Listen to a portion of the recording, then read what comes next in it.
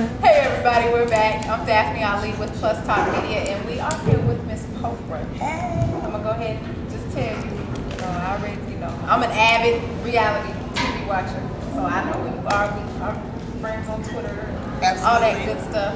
How did you get involved with Big Girls Had It Too? It's interesting.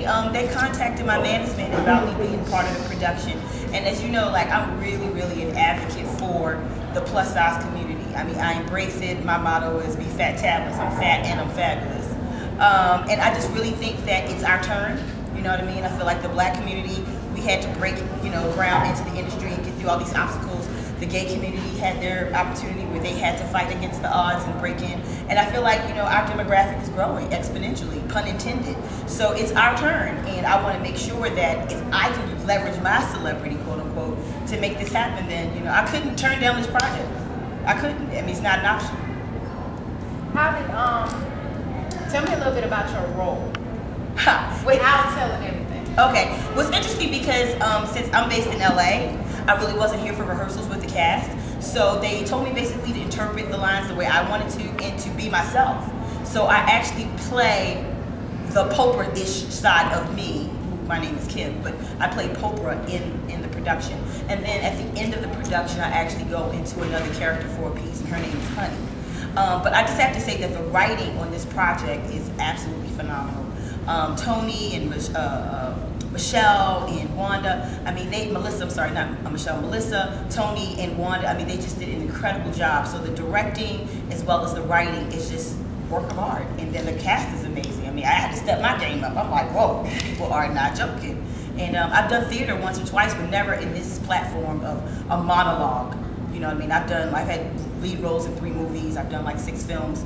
But this was a challenge for me. And so I'm glad because now it's kind of broadened my horizon to another aspect of the industry that I enjoy. Well, let me ask you, because I noticed, you said my name is Kim, but I'm using the Poprah side of me for my role. Yes. What's the difference between Kim and Poprah? Because I've been following you ever since I want to work for Dick. Okay. So I know where the Poprah came from because I can relate to Poprah. I'm there. So what's the difference between Kim and Poprah? Kim is my given name, and that's the business side of me. Like, I own my own television and film production company, Hollywood South.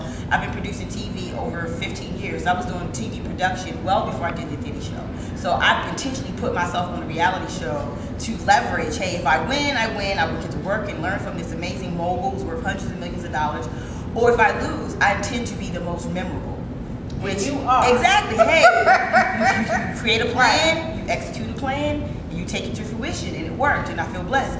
But the difference is, Poprah is Kim unfiltered. You know what I mean? In a business setting, if I was working with you, of course I couldn't do what I did on the Diddy show. But I know what makes great TV.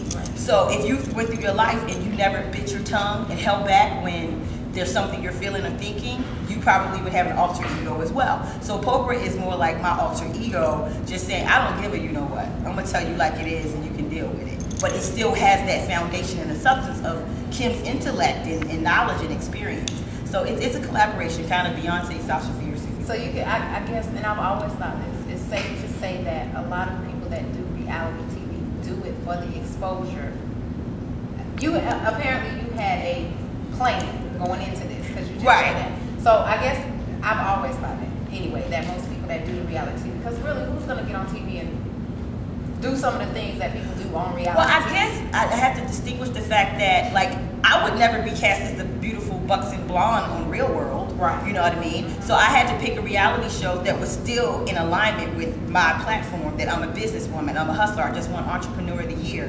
I have my own makeup line, I have my own production company. I've been an entrepreneur since I was 16. I was in college when I was 16 already. My parents died when I was very young. I've always had my own business. I've always hustled. So my whole thing is that, I think most people, if you go on a reality show, you still need to do something that's kind of true to your nature. If you're not an athlete, you're not going to stay on an athletic show. If you're not a business person, you're probably not going to make it on, which I'm hoping to get on Celebrity Apprentice next. Girl, I said I was going to apply for Apprentice. I think I'm going to have to. I think after what I just saw with Star and Nene, they're ready for a Poprah. I think they can handle it. Plus, how you going to bite your tongue with Donald Trump? You know what? I've met him before. I respect him the same way that I try to filter myself with Diddy. I'll give Mr. Trump his respect too, but I'm still gonna grind, and I just think that the way they handle some of the challenges was absurd to me. So I'm just like, wow, these people are famous, and once again, the business acumen, I just don't see it. Yeah. But we'll see if that happens, and I hope that if I can do it, my platform would be Celebrities Against Bullies, which you saw I just had the big campaign combating bullies in schools and stuff like that, and raising money for Jalen's challenge. So the response to that has been amazing as well. Yeah, I was going to ask you about that next. Would you talk about that? Celebrities Against Bullies is a charity campaign that I started. People don't believe I was picked on when I was a kid. I was called Know-It-All, Brainiac, Teacher's Pet, Goody Two-Shoes. I had perfect attendance all through school. I was a nerd. Like, people would like dog me. I had an A student, and I just can relate to that, And I met some of the bullies, like even in LA recently, and they immediately I got that same physical reaction, like anxiety being in front of them, and I thought, wow, that bullying really affects you your whole lifetime. Even though I'm more successful than most of the ones I've encountered, but it's just a trip that still in my subconscious they make me feel agitated. And I just think that bullying is a serious issue that needs to be dealt with. So I just had a campaign.